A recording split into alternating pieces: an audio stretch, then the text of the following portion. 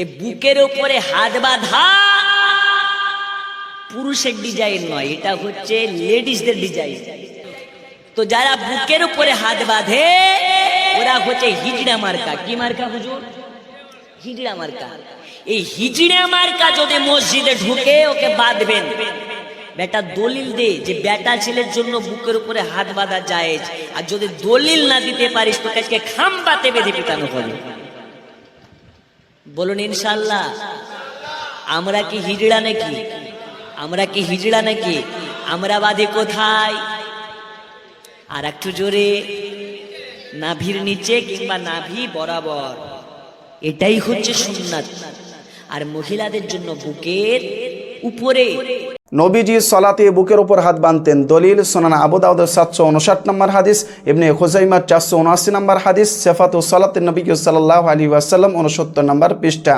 সাহাবা একরাম সলাতে বুকের উপর হাত বাঁধতেন। দলিল সহিহ বুখারীর 740 নম্বর হাদিস, পৃষ্ঠা নম্বর 102।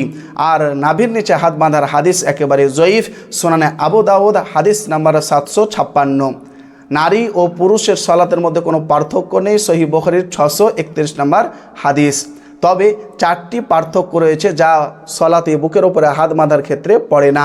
হুজুর সাহেবকে আমি বলি, আপনি কাকে লেডিস বললেন, কাকে হিজড়া বললেন, আপনি তওবা করুন।